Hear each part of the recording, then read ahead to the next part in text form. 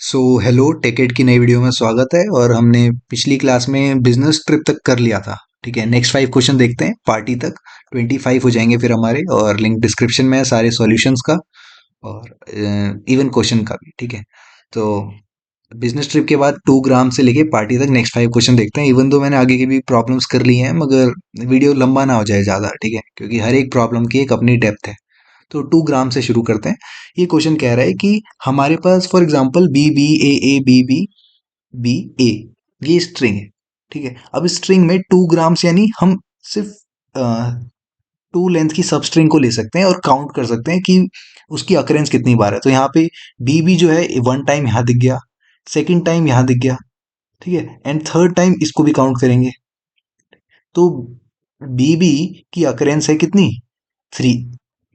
और बाकी सबको कंपेयर करो, बी ए को देख लो, बी ए जो है वो एक टाइम यहाँ दिख गया and second time is this, तो इसकी अकरेंस 2 है। और ए की अकरेंस 1 ही है। तो सबसे ज्यादा अकरेंस किसकी दिखी, बी और बी की। बी बी को हम साथ में एक एक साथ मान के चलेंगे। तो यही है क्वेश्चन, कि जिसकी अकरेंस ज्यादा है उसके बारे में बताओ। फॉर एग्जाम्पल यहाँ पे ए बी की अकरेंस फर्स्ट टाइम यहाँ दिख गई, सेकेंड टाइम यहाँ दिख गई ए बी की अकरेंस। तो ए बी की अकरेंस कितनी टाइम्स है, 2 टाइम्स है ना। तो हमें यहाँ 2 प्रिंट नहीं करना, हमें यहाँ पे ए बी प्रिंट करना है। जिसकी अकरेंस ज्यादा है वो हमें प्रिंट करना है। वो बाकी ए सी हो गया और बी ए हो गया, इनकी अकरेंस 1 टाइम है, तो ये कम है। तो एक्चुअली हमने करा क्या इसमें, अगर मैं इज दैट 2 ग्राम्स, तो अगर मैं इसमें दिखाऊं तुम्हें, तो हमने मैक्सिमम काउंट ले लिया एक, कि मैक्सिमम काउंट जिसका ज्यादा होगा। क्वेश्चन समझ में आया ना तुम्हें। स्ट्रिंग हमने एस ले ली, जो कि क्वेश्चन में हमें प्रोवाइड इनपुट हमें मिलेगा। और सब स्ट्रिंग ले ली एस एस नाम से। ये एस एस भी होगी हमारी लेंथ 2 की, मगर एक्चुअल 2 ग्राम जो होगा वही हमारा आंसर होगा। ठीक है, 2 ग्राम जस्ट एक नाम रख दिया, जो कि आउटपुट हमारा आंसर आने वाला है स्ट्रिंग फॉर्म में। ठीक है, और मैप कर दिया हमने स्ट्रिंग को इंटीजर से। यानी स्ट्रिंग कौन सी, जो एस एस वाली है। अभी तुम्हें समझ में आएगा कि हम क्या कर रहे हैं, सब स्ट्रिंग ले रहे हैं और सब स्ट्रिंग की लेंथ कितनी होगी, 2। ये तो तुम्हें पता चल गया। और उसको देख रहे हैं कि वो कितनी बार प्रेजेंट है वो एक स्ट्रिंग के अंदर। तो दोनों इनपुट ले लिए हमने क्या, एक तो 7 और दूसरा ए सी, मतलब ये पूरी स्ट्रिंग। तो 7 और स्ट्रिंग यानी एन की वैल्यू और स्ट्रिंग की वैल्यू हमने इनपुट कर ली। फॉर का लूप चला है 0 से n-1 तक। अब तुम्हारे मन में क्वेश्चन आएगा कि जब स्मॉलर देन है तो n-1 क्यों हो रहा है ना, एन तक जाना चाहिए था। क्योंकि यहाँ पे हम क्या कर रहे हैं, एक साथ 2 स्ट्रिंग्स ले रहे हैं, तो आउट ऑफ इंडेक्स ना चले जाए, क्योंकि जब हम लास्ट में पहुंचेंगे तो ये लास्ट तक जाएगा नहीं, है ना। तो ये प्रॉपर एंड तक पकड़ेगा, क्योंकि एस आई और एस आई प्लस वन, हम दोनों वैल्यूज को हम क्या कर रहे हैं, कॉन्कैटिनेट कर रहे हैं स्ट्रिंग में। और साथ ही साथ एस एम पी यानी स्ट्रिंग मैप जो हमने बनाया, उसमें उस पर्टिकुलर स्ट्रिंग की वैल्यू बढ़ाते जाएंगे। फॉर एग्जाम्पल ए बी की वैल्यू 1 हो गई। कैसे, यहाँ देखो ए बी दिखा स्टार्टिंग में। मैं इसको तुम्हें पेंट में दिखा देता हूँ। A B, A C, A B ए, यही है फर्स्ट एग्जाम्पल। एक स्ट्रिंग है जिसकी लेंथ 7 है ना। तो हमने क्या करा, एस एस के अंदर क्या करा, पहले तो ये वाली स्ट्रिंग स्ट्रिंग का पहला कैरेक्टर डाल दिया ए। ठीक है, अच्छा तुमने एक चीज नोटिस नहीं करी होगी तो करा देता हूँ, कि यहाँ पे कॉमा लगाया, यहाँ पे कॉमा लगाया। तो तुम ऐसे भी कर सकते हो कि सेमी कॉलन लगा के नेक्स्ट लाइन में लिख दो, फिर सेमी कॉलन लगा के नेक्स्ट लाइन में, कोई बात नहीं। ये भी चलता है, वो भी चलता है ना। इससे थोड़ा तुम्हें इजीली दिख पा रहा है मैं क्या कहना चाह रहा हूँ। तुम ऐसे नहीं कर सकते कि एक साथ ए बी को ले लो। ठीक है, कर सकते हैं, मगर ये तरीका भी वही कर रहा है। तो हमने क्या करा, एस एस नाम की सब स्ट्रिंग में हमने फर्स्ट ऑफ ऑल ए डाला, फिर बी डाला। तो हमारे पास अभी एस एस नाम की सब स्ट्रिंग में क्या हो गया, ए बी आ गया। अब हमने इसको मैप कर दिया, इसको मैप कर दिया, यानी इस पर्टिकुलर की वैल्यू है 1, क्योंकि हमें इसकी पहली अकरेंस दिख गई। सेकंड अकरेंस हमें बी ए की दिखी, तो यहाँ पे बी ए लिख देता हूँ, इसकी अकरेंस भी पहली बार ही है। फिर ए सी की दिखी, तो ए सी की अकरेंस भी पहली बार है। फिर देखा सी ए की अकरेंस, सी ए की अकरेंस देख ली, पहली बार है। फिर ए बी की अकरेंस देखा, तो ये सेकंड टाइम नजर आ गई, है ना। बी ए की अकरेंस देखा, तो यहाँ पे सेकंड टाइम नजर आ गई। ठीक है, तो ए बी जो है पहले ही हमें दिख गया, क्योंकि हमें यहीं पे हम आउटपुट कर देंगे। क्लियर है। तो इस तरह से जैसे जैसे अकरेंस दिखती जाएगी, हम उसकी वैल्यू को बढ़ाते जाएंगे। तो हमने यहाँ पे क्या करा, कि first of all maximum count हमने 0 ले लिया, और चेक करा कि अगर वो देखो जीरो होगा शुरू में, तो इनिशियली ए बी की वैल्यू वन होगी, है ना। तो जैसे ये चलता रहेगा, ये मैक्सिमम काउंट को बढ़ाता भी रहेगा, साथ ही साथ 2 ग्राम की वैल्यू भी बढ़ाता रहेगा। यानी जिसने मैक्सिमम काउंट की वैल्यू वन करी है, उस स्ट्रिंग को हम यहाँ पे क्या कर रहे हैं, वैल्यू पुट कर रहे हैं उसकी, जिससे कि आउटपुट जो आए वो 2 ग्राम है। क्लियर है। तो इस तरह से हम चले। नेक्स्ट क्वेश्चन आ जाता है हमारा, make AP. Make AP question ऐसा है कि उस क्वेश्चन की तरह जो पेपर में तुम्हें आता तो है, मगर लेंदी आंसर होता है ना। तो मेक एपी का कहना ये है कि हमारे पास ए बी सी नाम की 3 पॉजिटिव इंटीजर्स है। अच्छा, मैं उम्मीद कर रहा हूँ तुमने क्लास 10th में एपी पढ़ा है। ठीक है, थोड़ा बहुत रिवाइज करा देता हूँ, जरूरी है भाई, क्योंकि यहाँ पे उसी के कॉन्सेप्ट लग रहे हैं। ए बी सी जो है एपी में है, जब इनका कॉमन डिफरेंस डी और इसका कॉमन डिफरेंस डी होता है। समझ में आया? ये चीज तो पता ही होगी तुम्हें, है ना। नहीं पता है तो एक बार 10th रिवाइज करना प्लीज, क्योंकि कॉन्सेप्ट हवा में नहीं जाने चाहिए। तो हमें क्या करना है कि पता लगाना है कि ए बी सी हमें क्वेश्चन में दे रखा है, ऑर्डर ऑर्डर इसका यही रहेगा, ऑर्डर चेंज नहीं होगा। हम एक एम नाम की इंटीजर इंटीजर वैल्यू यहाँ लिखा है ना, कि पॉजिटिव इंटीजर, ध्यान देना पॉजिटिव होना चाहिए। एम नाम का इंटीजर हमें मल्टीप्लाई करना है किसी पर्टिकुलर वैल्यू में, वो इन तीनों में से कोई भी हो सकता है वो, जिससे कि ये एक एपी फॉर्म हो जाए, ये तीनों एपी फॉर्म हो जाए। समझ में आया? और फॉर एग्जाम्पल, जैसे कि इन्होंने खुद ही बता रखा है कि हमारे पास है 10, 5 और 30। ठीक है, 10, 5 और 30। तो अभी तो मेरे को कोई एपी नजर नहीं आ रही है। ठीक है, 5 तो मतलब क्या ही कहना, इसमें तो कॉमन डिफरेंस भी नहीं लग रहा है। तो एक चीज मगर समझ में आ रही है कि अगर 5 को मैं कैसे जैसे तैसे करके 20 बना पाऊं, कैसे बना पाऊंगा, जब एम की वैल्यू मैं 4 रखूंगा, है ना। क्वेश्चन यही कह रहा है कि कोई एक ऐसा एम हो पॉजिटिव इंटीजर जिसको हम मल्टीप्लाई कर पाए ए बी सी में से किसी में भी। ठीक है, तो एम मल्टीप्लाई बी करा तो आंसर आया हमारा 20, जिसकी वजह से ये बन गई एपी। ठीक है, एम क्या है वो मैटर नहीं करता, बस पॉजिटिव इंटीजर होना चाहिए। मैटर ये करता है कि क्या हम एपी बना पाएंगे या नहीं। क्वेश्चन समझ में आ रहा है? अगर हाँ तो यस, तो हाँ बना पा रहे थे। 10, 5 और 30 कैसे बना पा रहे थे? In the first you choose number m equal to 4। ठीक है, और मल्टीप्लाई करेंगे बी से, तो 5 है तो 5 4 जो 20 होता है, तो बन पा रहा था। क्लियर है? It goes with second also, भले ही इसमें कॉमन डिफरेंस माइनस आ रहा है, -10 है ना, क्योंकि 5 इंटू 4 करोगे 20 आएगा, 30 20 10, तो कॉमन डिफरेंस -10 आ रहा है, उससे मैटर नहीं करता, मगर एपी तो बन रही है ना। तो एपी क्या क्या किस तरह की होती है, ऐसे भी हो सकती है कि सारे ही वन हो। बस एक बढ़िया चीज इस क्वेश्चन में ये है कि ध्यान रखना, ए बी सी हमेशा 1 से स्टार्ट होगा, 0 से नहीं। समझे? मतलब हमें इनपुट कभी ऐसा मिलेगा ही नहीं कि 0 5 10, ऐसा कुछ मिलेगा ही नहीं, 0 हो ही नहीं सकता ये। तो इस चीज का ध्यान रखना। मैंने ऐसा क्यों बोला, क्योंकि हम एक्चुअल में करने क्या वाले हैं, इसको मैंने बढ़िया तरीके से लिखा है बहुत। अगर तुम्हें मैं यहाँ दिखाऊं मेक एपी में, तो पहले हम क्या कर रहे हैं कि सबको इनपुट कर रहे हैं, टेस्ट केस तो चल ही रहा है, सबको इनपुट कर रहे हैं, और मान के चल रहे हैं कि एक गलत है इनमें से। ये अभी देखो तुमने यहाँ पे, मैंने एक ही गलत दिखाया, मतलब सॉरी नॉट दिस, हाँ, इसमें इसमें अभी तुम्हें मैंने सिर्फ बी गलत दिखाया, क्या पता ए गलत हो, क्या पता सी गलत हो, तो कोई भी गलत हो सकता है, गलत इन द सेंस कि उसमें एम से मल्टीप्लाई करना पड़ेगा। ठीक है, तो हम मान के चलते हैं, देखो क्या चक्कर लगा है इसमें, कि ए बी और सी है। ठीक है, मान के चलते गलती गलती ए में थी, मतलब ए जो है वो सही नहीं है, यहाँ पे एक्चुअल ए नहीं है ये, जो एपी बन रहा है, मतलब एपी तो बन रही है मगर इसकी वजह से एपी नहीं बन पा रही है। समझ में आया? तो हमने क्या करा, मैंने, जाहिर है एक सवाल पूछा जाएगा कि एक्चुअल ए मान लेते हैं कि ए होगा।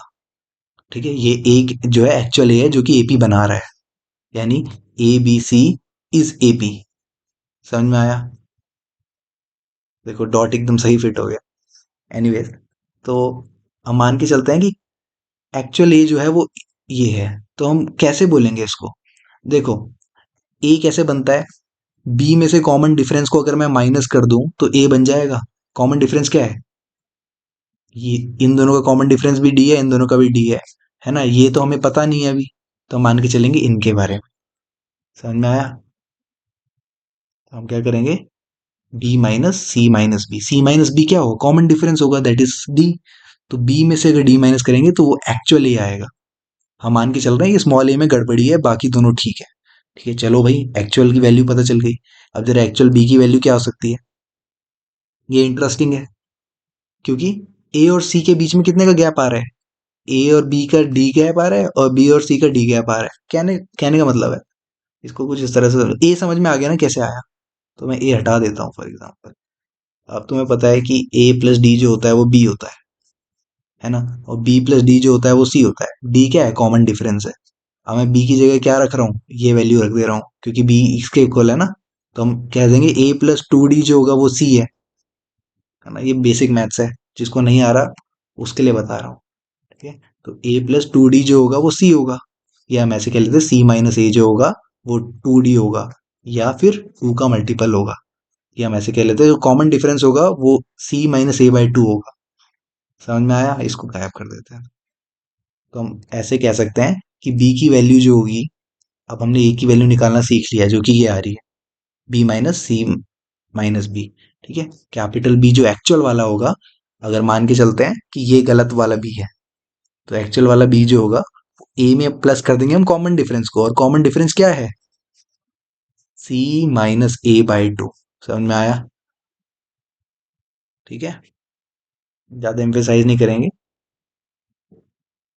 ठीक है, नेक्स्ट आता है कि मान लेते हैं कि अब सी में गड़बड़ है, तो सी के लिए क्या करेंगे हम, बी में कॉमन डिफरेंस ऐड करेंगे, मगर सी में तो गड़बड़ है तो हम क्या करेंगे, बी माइनस ए ऐड कर देंगे।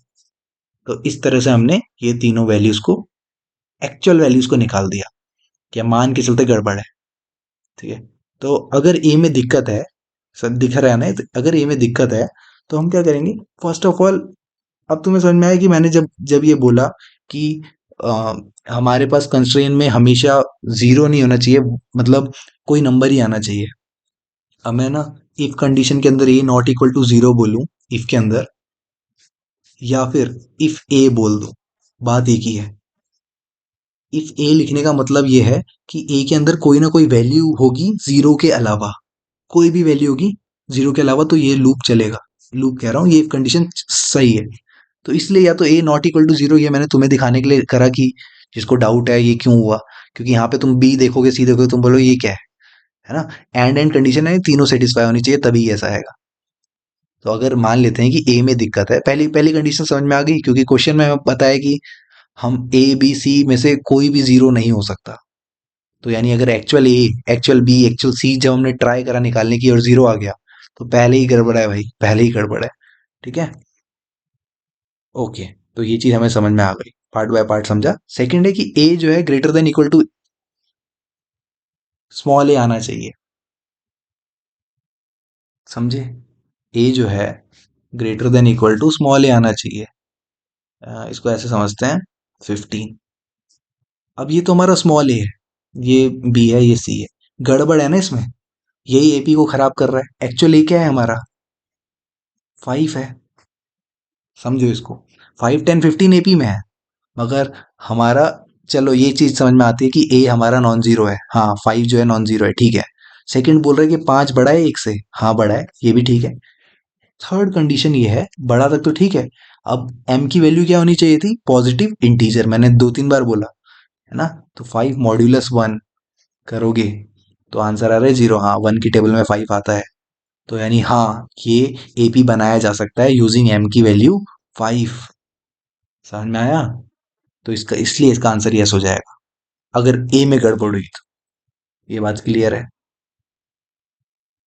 ठीक है, सेकंड क्वेश्चन है, सेकंड है कि वही, फॉर एग्जांपल बी में भी, बी का भी यही है, non zero, smaller than, greater than equal to b होना चाहिए एक्चुअल वैल्यू को, और डिविजिबल होना चाहिए। साथ में एक और कंडीशन आ गई, ये वाली, ये कंडीशन बहुत इंपॉर्टेंट है।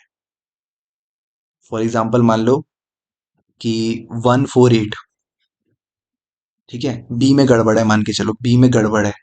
अब हमने पता चला कि यहाँ पे मान लेते हैं 2 था। मैं ऊपर वाला एग्जांपल ही हटा देता हूँ जिससे कि तुम्हें जल्द सही से दिखे। 128। अब मान लो कि ये बी की वैल्यू गड़बड़ है, ये दोनों वैल्यू ठीक है, और असली बी जो 4 था। ठीक है, चलो 4 जो है वो ग्रेटर देन इक्वल टू 2 भी है, ग्रेटर देन 2 भी है, और साथ में हमारा 0 से भी बड़ा ही है, और m की वैल्यू भी आ रही है बढ़िया से, क्योंकि 2 2 जा 4 होता है ना, तो m की वैल्यू 2 हो जाएगी। मगर जब 8 - 1/2 करेंगे तो आ रहा है 7/2, दैट इज 3.5।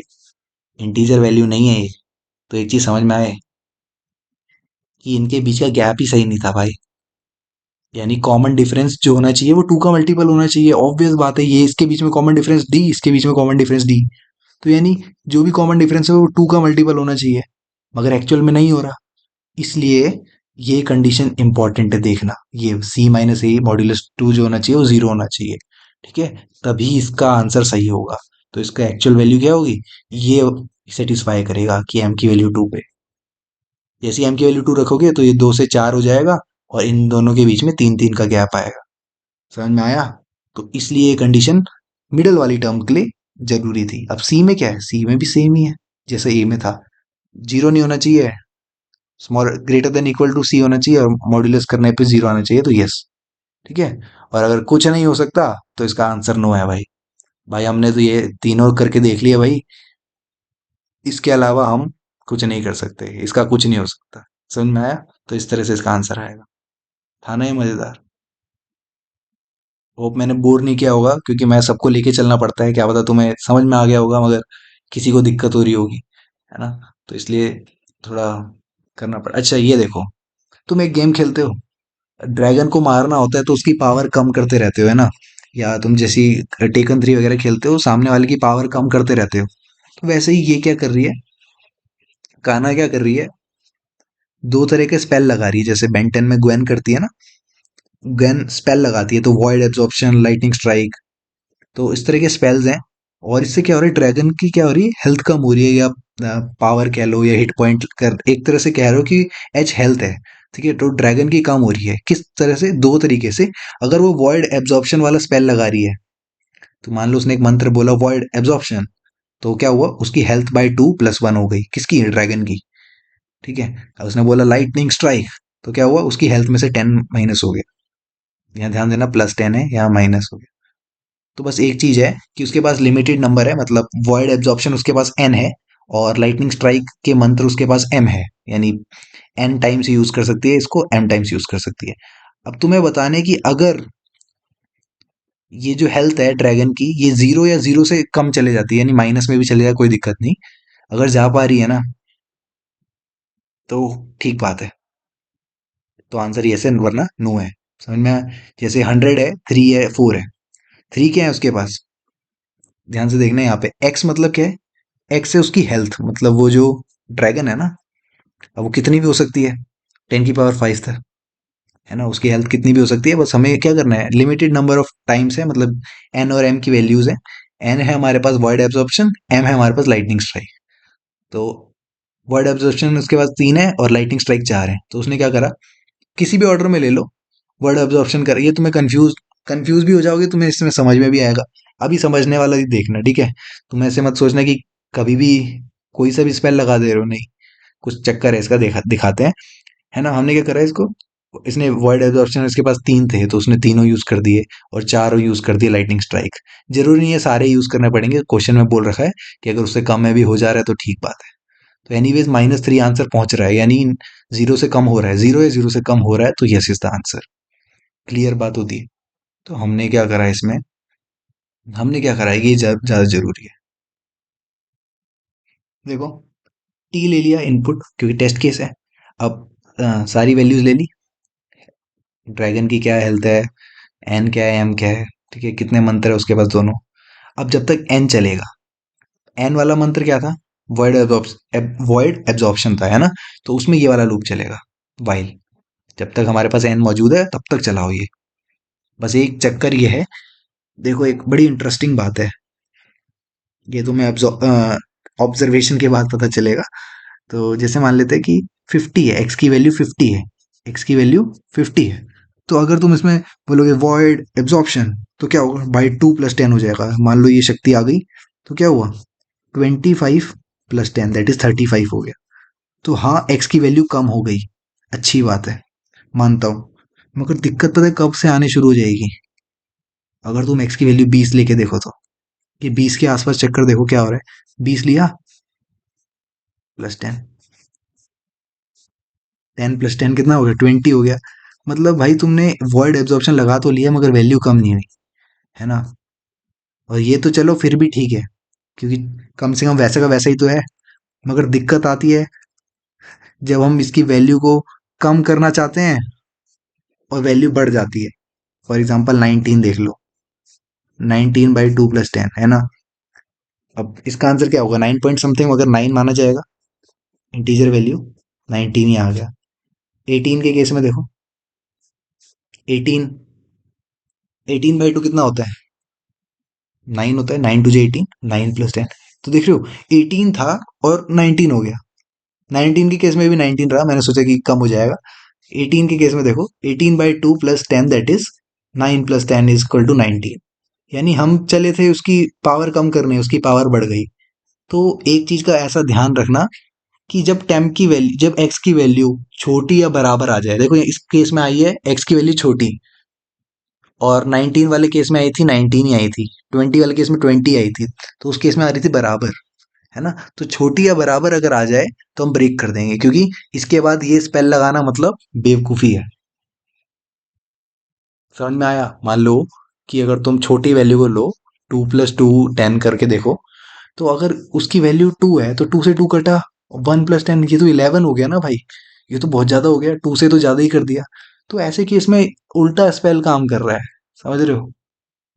तो ये केस ना हो इसलिए हमने ये कंडीशन ली कि हम क्या करेंगे, टेम्प के अंदर ये वैल्यू स्टोर करते जाएंगे।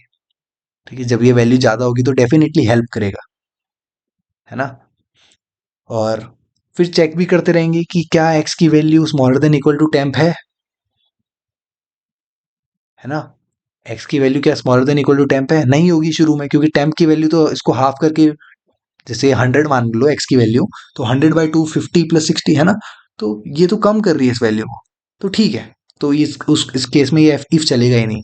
और हम क्या कर रहे हैं, एक्स की वैल्यू को टेम्प में, मतलब टेम्प की वैल्यू को एक्स में स्टोर भी करते जा रहे हैं। तो अब एक्स की वैल्यू 60 हो गई, है ना। 100/2 हमने 50 + 10 करा था 60, अब एक्स की वैल्यू 60 हो गई। अब फिर से ये लूप चला, क्योंकि एन टाइम चलेगा। 60/2 करके देखा 40, हाँ ठीक है, तो एक्स की वैल्यू 40 हो गई। ऐसे करते जाएंगे, और एक केस ऐसा आएगा जहां पे ये गड़बड़ आ जाएगा। यानी ऐसे वैल्यू, ध्यान से देखना इसमें क्या हो रहा है। मान लो कि एक्स की वैल्यू पहुंच गई 2, समझ रहे हो, एक्स की value equal to temp. Temp को कैसे हम, ऐसे ऐसे कुछ कंपटीशन हुई कि एक्स की वैल्यू कर दी टेम्प ने 2। अब 2/2 + 10, ठीक है, मैं तुम्हें सिर्फ समझाने के लिए बता रहा हूँ, क्या पता ऐसा पॉसिबल ही ना हो, और हो भी सकता है, ठीक है।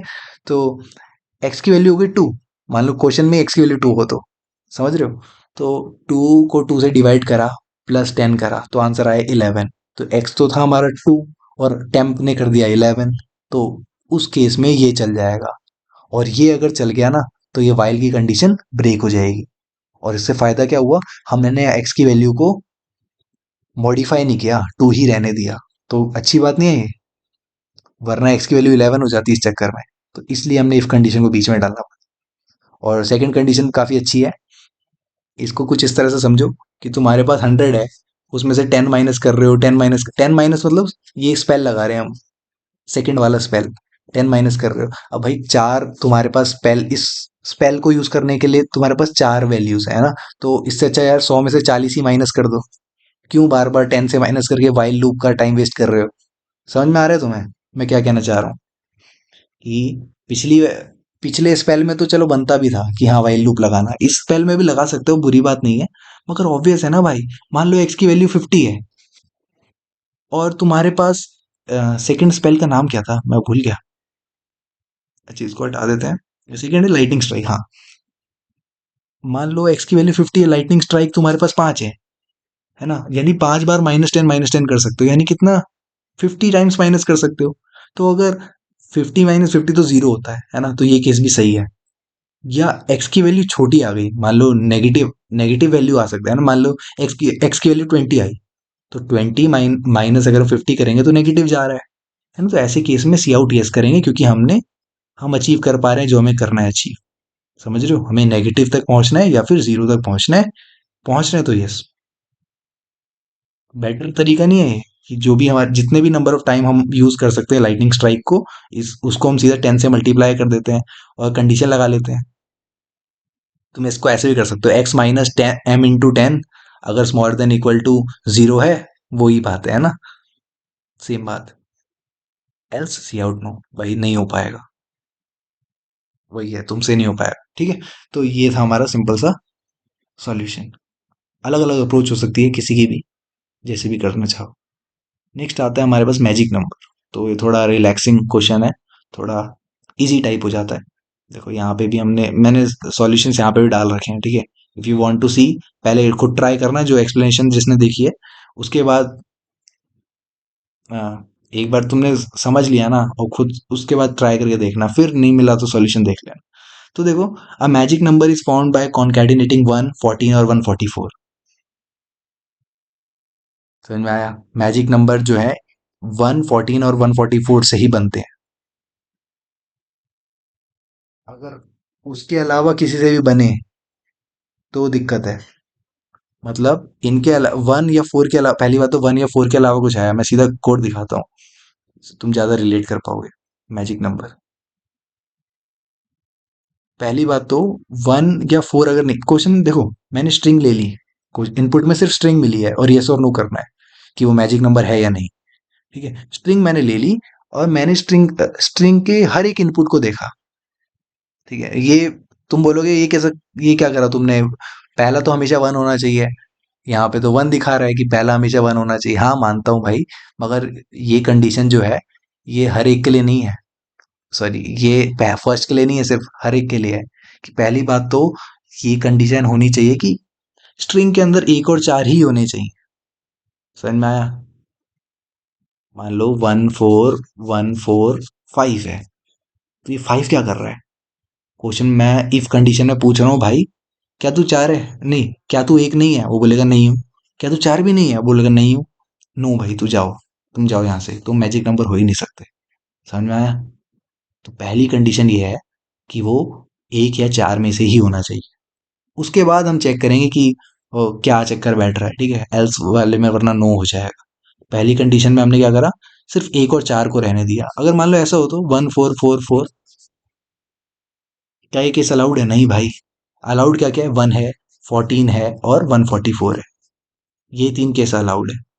तो हमने एक एक करके चेक करा, उल्टे से चेक करा, ठीक है, घटते क्रम में। क्यों, क्योंकि अगर एक बार बड़ा हाथ मार दिया हमने और बैठ गया वो, देखो इसमें तुम एक डिफरेंट चीज नोटिस करी होगी या नहीं करी है, तो अब देखना। मैंने क्या करा, अगर पहला 1 है, ठीक है, अगर उस सेकंड वाला 4 है, ठीक है, अगर उससे अगला वाला भी 4 है, तो 144 तो अलाउड था। तो आई में 3 प्लस कर दो, यानी 3 की जंप मार दी उसने।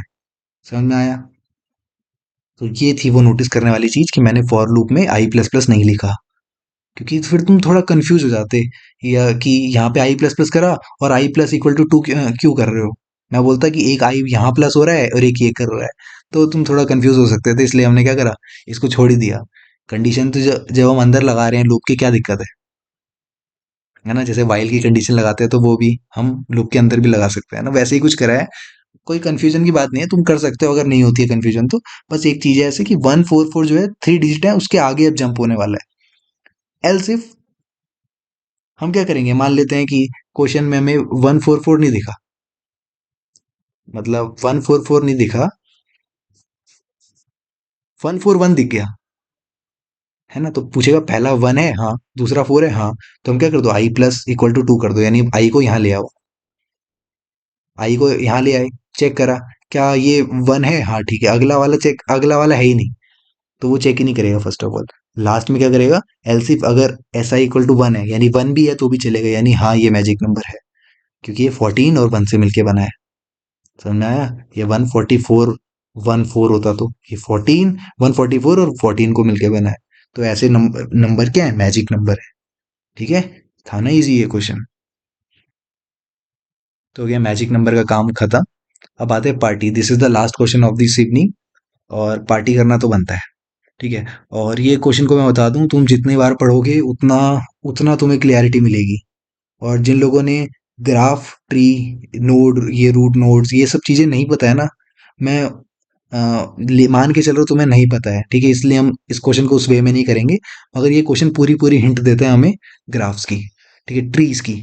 देखो कि है क्या, कंपनी में एन एम्प्लॉयज है, एक से लेके एन तक, और हर एम्प्लॉय का क्या है, कोई ना कोई मैनेजर है। या तो जैसे मेरा मैनेजर कोई मेरे से ऊपर है, और क्या है कि मेरे मैनेजर के भी ऊपर का कोई मैनेजर है ना, तो वो भी तो मेरे से सुपीरियर हुआ। सुपीरियर कौन कौन हुए?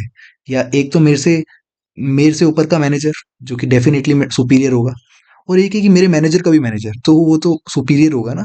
तो इन बोथ केसेस मेरे से बड़े हैं वो।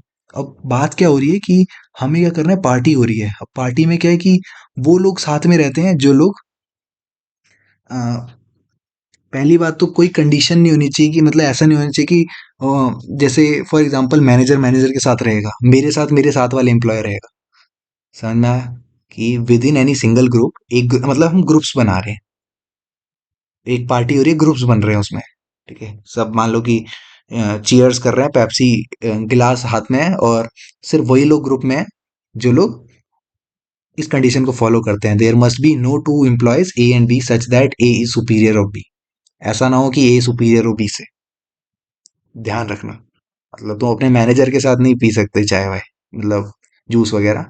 ठीक है, ये कंडीशन है। अब इस कंडीशन में हमारे पास एन जो है 2000 तक दे रखा है, ठीक है। ये अदर कंडीशंस ये हैं। चलो इस चीज को समझते हैं। देखने में तो कितना सिंपल लगेगा, जैसे तुम मान लो ये क्वेश्चन करना चालू करोगे, बोलोगे अच्छा माइनस वन, ठीक है, ये एक टीम में हो गए, वन और वन ये दूसरी टीम में, और टू जो है अकेला रह गया तो तीसरी टीम में। तो हाँ, तीन आंसर आ गया नहीं। मगर यहाँ देखो कंडीशन ही एकदम अलग है। ये employee one two four three five कहाँ से आ गए, यहाँ तो कुछ दिख ही नहीं रहा था, देखो। यही तो बात है।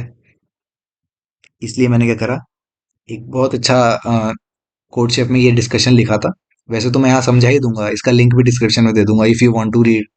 ठीक है, क्योंकि वीडियो में कहाँ ढूंढते रहोगे, या ढूंढना होगा तो टाइम स्टैम्प डाल देना। तो ये प्रॉब्लम एक हायरार्किकल रिप्रेजेंटेशन है एम्प्लॉयज की। Every employee have a superior, है ना। तो टेस्ट केस में हमें क्या दे रखा है, minus one, one, two, one, minus one, ये दे रखा है ना, यही टेस्ट केस में दे रखा है। यानी वन हैज नो सुपीरियर। ये वन कहाँ से आ गया? एक्चुअल में क्या हो रहा है कि इस तरह से, कि minus one, one, two, one, minus one, तो ये वन है, ये टू है, ये थ्री है, ये फोर है। मैंने बताया था ना, एक से लेके एन तक एम्प्लॉय है। तो ये पांच एम्प्लॉय है, क्वेश्चन में बोल रखे हैं ना फाइव, यानी फाइव एम्प्लॉय है, और हर एक की सुपीरियरिटी दे रखी है। तो minus one, one, two, one, minus one. तो अब देखो, वन हैज नो सुपीरियर। अब देखो यहाँ यहीं लिख रखा है, ठीक है, मैं पेंट में क्या करूं, तुम्हें दिख ही रहा है कि वन का कोई सुपीरियर नहीं है, वन जो है दादा है। चलो ठीक है, देखो सेकंड पोजीशन पे क्या लिखा है, मैंने बताया ना। बस इसको थोड़ा इमेजिन करना कि ये वन है, ये टू है, ये थ्री है। ठीक है, भले ही ये टू दिख रहा है मगर ये है थ्री। समझ रहे हो? मतलब तीसरे एम्प्लॉय जो है वो दो के नीचे काम करता है, ऐसा कुछ समझ लो। कंफ्यूज बिल्कुल मत होना भाई, पॉज कर लेना, दोबारा सुन लेना अगर दिक्कत आए तो। एक चीज समझ में आई, वन जो है, माइनस वन कहने का मतलब है ये दादा है सबका, इसके ये किसी के नीचे काम नहीं करता। ठीक है, वन मतलब सेकंड पोजीशन पे जो है, two is superior, two superior is one. तो देख रहे हो, टू का दादा कौन है, मतलब मैनेजर कौन है, वन है। सुपीरियर कौन है, वन है। आगे देखो, थ्री का सुपीरियर है टू। तो इस टू पे मत जाना कि ये टू क्यों लिखा है, भाई ये टू लिखा है कि थ्री का सुपीरियर है, इस वजह से। ठीक है वो three, four is one, four का क्या है, वन है सुपीरियर। और फाइव क्या है, फाइव का कोई सुपीरियर नहीं है भाई, ये अपना अपने में मगन है। तो देखो, now as you don't have to place any superior with his subordinates, you you will have to keep everyone who is a superior of other in different set। समझ में आया? यानी हम एक दो तीन को अगर देखें, तो कोई ना कोई एक दूसरे का मालिक है ना। तो तुम एक दो तीन को एक साथ नहीं रख सकते पार्टी में, इनवैलिड हो जाएगा, क्योंकि टू का सुपीरियर वन नजर आ जाएगा, थ्री का सुपीरियर टू नजर आ जाएगा, और थ्री का सुपीरियर वन भी है, थ्री का सुपीरियर वन भी तो है मैंने बताया था ना कि मैनेजर का भी मैनेजर जो है सुपीरियर ही होता है। तो इसलिए हम इस चीज से बचने के लिए हम क्या करेंगे, तीन अलग अलग ग्रुप्स बनाएंगे। जो एक ग्रुप सिर्फ वन के लिए, एक टू के लिए, ग्रुप थ्री के लिए। तो तीन ग्रुप बन गए। क्वेश्चन में हमें आंसर में हम बताने कितने ग्रुप बने। तो now the remaining is 4 and 5। तो 4 हैज अ सुपीरियर वन, है ना। 4 का सुपीरियर वन है। तो वो हम उसको दो या तीन में किसी के पास भी रख सकते हैं। समझ में आया? क्योंकि वन सुपीरियर है ना, बस वन नहीं होना चाहिए। तो हम 4 को हम किसी भी ग्रुप में रख सकते हैं, या तो दो के साथ रख लो या तीन के साथ रख लो। और 5 को हम कहाँ रख सकते हैं? हम कहीं भी एडजस्ट कर सकते हैं, क्योंकि उसका कोई सुपीरियर है नहीं, तो हमें दिक्कत होने नहीं वाली। ठीक है। तो हम आइडियल एक केस मान के चलते हैं कि वो ठीक है, वन के साथ है, कि हाँ चलो, दोनों के ऊपर कोई काम नहीं करता, कोई टेंशन की बात नहीं। मगर 5 जो है किसी के साथ भी हो सकता है, क्योंकि उसका कोई है ही नहीं दादा। समझ रहे हो? तो उसको कोई डरने की बात नहीं है।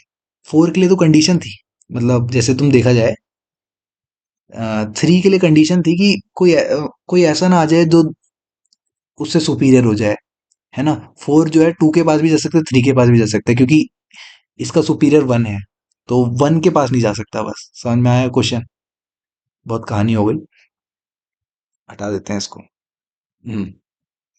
तो समझ रहे हो कि एम्प्लॉय वन एक में रह जाएगा, एम्प्लॉय 2 and 4 एक में रह सकते हैं, और एम्प्लॉय 3 and 5, 3 and 5 इसलिए लिखा है इन्होंने कि 5 जो है वो मन मर्जी कहीं भी घूम सकता है, उसको कोई रिस्ट्रिक्शन नहीं है।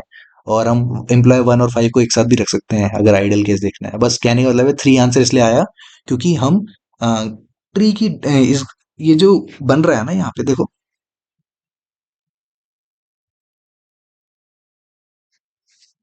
1, 2, 3, 1, 2, 3, 4, 4 पे है वन, और 5 जो है अकेला है। तो तुम एक तरह से देख रहे हो, डेप्थ चेक कर रहे हैं हम। इसकी डेप्थ डेप्थ कितनी आ रही है? 3 आ रही है। तो इसका आंसर हो गया 3। मैं तुम्हें एग्जाम्पल समझाऊंगा दो और। रीजन बीइंग, क्योंकि बिना एग्जाम्पल के तुम्हें समझ में नहीं आने का। और एक बार एग्जाम्पल समझ में आ गया, तो फिर तुम विजुअलाइज कर पाओगे कहना क्या चाह रहा हूँ भाई। ठीक है, ये है इसका कोड, मैंने बिना कोई ट्री नोड वगैरह के लिया है। तुम मुझसे भी कर सकते हो अगर तुम्हें वो आता है तो। ठीक है, इससे आसानी होगी बिगनर्स के लिए। एनीवेज, वैसे वो ये बिगनर्स के लिए बढ़िया प्रॉब्लम है, ये चीज सीखने की। ग्राफ्स वगैरह देखो, एक एग्जांपल ये ले लेते हैं पहले। एग्जांपल देख लो एक बार। चार एम्प्लॉय हैं हमारे पास, -1, 1, 2, 3। तो ये है वन, ये है टू, ये है थ्री, ये है फोर। ये चार एम्प्लॉय हैं।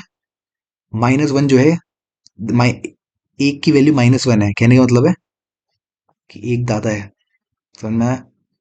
टू जो है वो एक के नीचे काम कर रहा है। समझो इसको क्या कह रहा हूँ मैं इसलिए बोल रहा हूँ क्योंकि इसके बाद मैं हवा में कराऊंगा अगले एग्जाम्पल को। तो ये नहीं, ये चीज नहीं लिखूंगा। ठीक है। तो देख लो, टू जो है वो वन के नीचे काम कर रहा है, थ्री जो है वो टू के नीचे काम कर रहा है, ठीक है। फोर जो है वो थ्री के नीचे काम कर रहा है। तो अगर तुम सिर्फ एक बार इसको मत देखो, सिर्फ यहाँ देखो, तो बोलोगे फोर तो है, दिख ही नहीं रहा है, दिख रहा है ना। 1, 2, 3, 4, जो चौथा आदमी है वो तीसरे के नीचे काम कर रहा है। तो हमारे पास कितनी हायरार्की बन गई? ये डेप्थ कितनी आ गई इसकी? 1, 2, 3, 4। चार डेप्थ आ गई, तो चार इज द आंसर। समझ में आया? अगला क्वेश्चन और देख लो, और जल्दी करेंगे इसको। यहाँ 12 इनपुट है। तो देखो, पहला जो है वो अपने में मलंग है। सेकंड वाला जो है पहले के नीचे काम कर रहा है। मैं कैसे पता चल रहा है? ये देखो, ये वन देख के। थर्ड वाला जो है वो सेकंड के नीचे काम कर रहा है, और फोर्थ वाला जो है वो थर्ड के नीचे काम कर रहा है। फिर -1 दिखा, क्योंकि फिफ्थ वाला जो है वो अपने में मगन है, मतलब दादा है सबका। सिक्स वाला उसके नीचे काम कर रहा है, सेवेंथ वाला उसके नीचे काम कर रहा है। समझ में आया? ऐसे करके। फिर एट्थ वाला अपने में मगन है, नाइन्थ वाला उसके नीचे काम कर रहा है, टेंथ वाला उसके नीचे काम कर रहा है। ऐसे करके 11th वाला उसके नीचे काम कर रहा है। तो एक तरह से हमें पता चल गया कि जो मैक्सिमम आएगा डेप्थ हमारी, वो 4 आएगी। तो 4 इज द आंसर। क्लियर होता है? तो हमने भी यही करा कि 2000 क्यों लिया, क्योंकि वो टेस्ट कंस्ट्रेंट दे रखा था, 2000 से ज्यादा नहीं हो सकता। तुम ऐसे भी कर सकते हो कि पहले एन की वैल्यू ले लो, फिर ए को ए ऑफ एन लगा दो, क्योंकि जो भी हमारे पास एन की वैल्यू होगी वो उस उतने का एरे बन जाएगा। ठीक है। यहाँ मैं A0 को देख ही नहीं रहा हूँ, ध्यान रखना, A0 को मैं बहुत नेगलेक्ट कर दे रहा हूँ। मैं A1 से शुरू कर A1 से शुरू कर रहा हूँ। क्यों कर रहे हो? क्योंकि तुम्हें कंफ्यूजन ना हो। ऐसी बात नहीं है नहीं कर सकते हैं भाई। मगर फिर ये जो ए टेम्प लिखा है ना, मेरे को -1 करना पड़ेगा। अभी समझाता हूँ क्यों। इस चीज को मेरे को -1 करना पड़ेगा अगर मैं 0 से करूंगा तो। एनीवेज, 1 से करा है, सही है। एक एरे है, उसमें 1 से लेके इक्वल इक्वल टू लगा दिया ना, यानी एन तक, 1 से लेके एन तक पूरे पूरे सारे हमने इनपुट ले लिए एरे के अंदर। लूप चलाया हमने फॉर का, I equal to 1, I smaller than equal to N, फिर से आई प्लस प्लस, यानी एग्जैक्टली सेम लूप चलाया 1 से। टेम्प ले लिया हमने ए आई। देखो कैसे, 5 तो हमारे पास, ये मैं इनपुट दोबारा से दिखा रहा हूँ तुम्हें। 1, अब देखो तुम्हें इतना इजीली समझ में आएगा ये। 1 है, 2 है, 3 है, 4 है, 5 है, ठीक है। हमने क्या करा, टेम्प की वैल्यू रख दी ए आई। अब देखो मैंने यहाँ कॉमा लगाया, सेमी कॉलन भी लगा सकते हो तुम, लगा, तुम्हारी मर्जी है ना, एक ही बात होती है, शॉर्टकट है। एनीवेज, टेम्प के अंदर ए आई रख दिया, यानी इनिशियली हमारे पास टेम्प के अंदर क्या गया होगा, -1 गया होगा। मानते हो? क्योंकि फर्स्ट पोजीशन पे एरे की हमारे -1 है। ए आई 1 से शुरू हो रहा है ना, तो फर्स्ट पोजीशन पे हमारे पास -1 है। तो जब तक टेम्प -1 ना हो, अरे ये तो -1 पहले से ही है भाई, तो वाइल लूप चलेगा ही नहीं। पहले केस में आंसर की वैल्यू हो जाएगी हमारे पास क्या, मैक्सिमम ऑफ आंसर। आंसर पहले कितना, 0, और काउंट की वैल्यू क्या, 1 ही करनी पड़ी, वरना मेरे को गार्बेज वैल्यू मिलती है ना। तो काउंट के लिए इनिशियलाइज कर देते हैं, तो आंसर अभी हमारा 1 हो गया। बात सही नहीं है क्या? एक लॉजिक दिमाग में बैठाओ कि अगर पार्टी होगी तो एक ग्रुप बनेगा, वो सिर्फ इसी आदमी का बनेगा, क्योंकि अभी तक फिलहाल हमारे पास एक ही आदमी है। बात समझ में आई? तो ठीक है, इसलिए काउंट को 1 करा, 0 नहीं। तो आंसर अभी हमारा फिलहाल 1 है।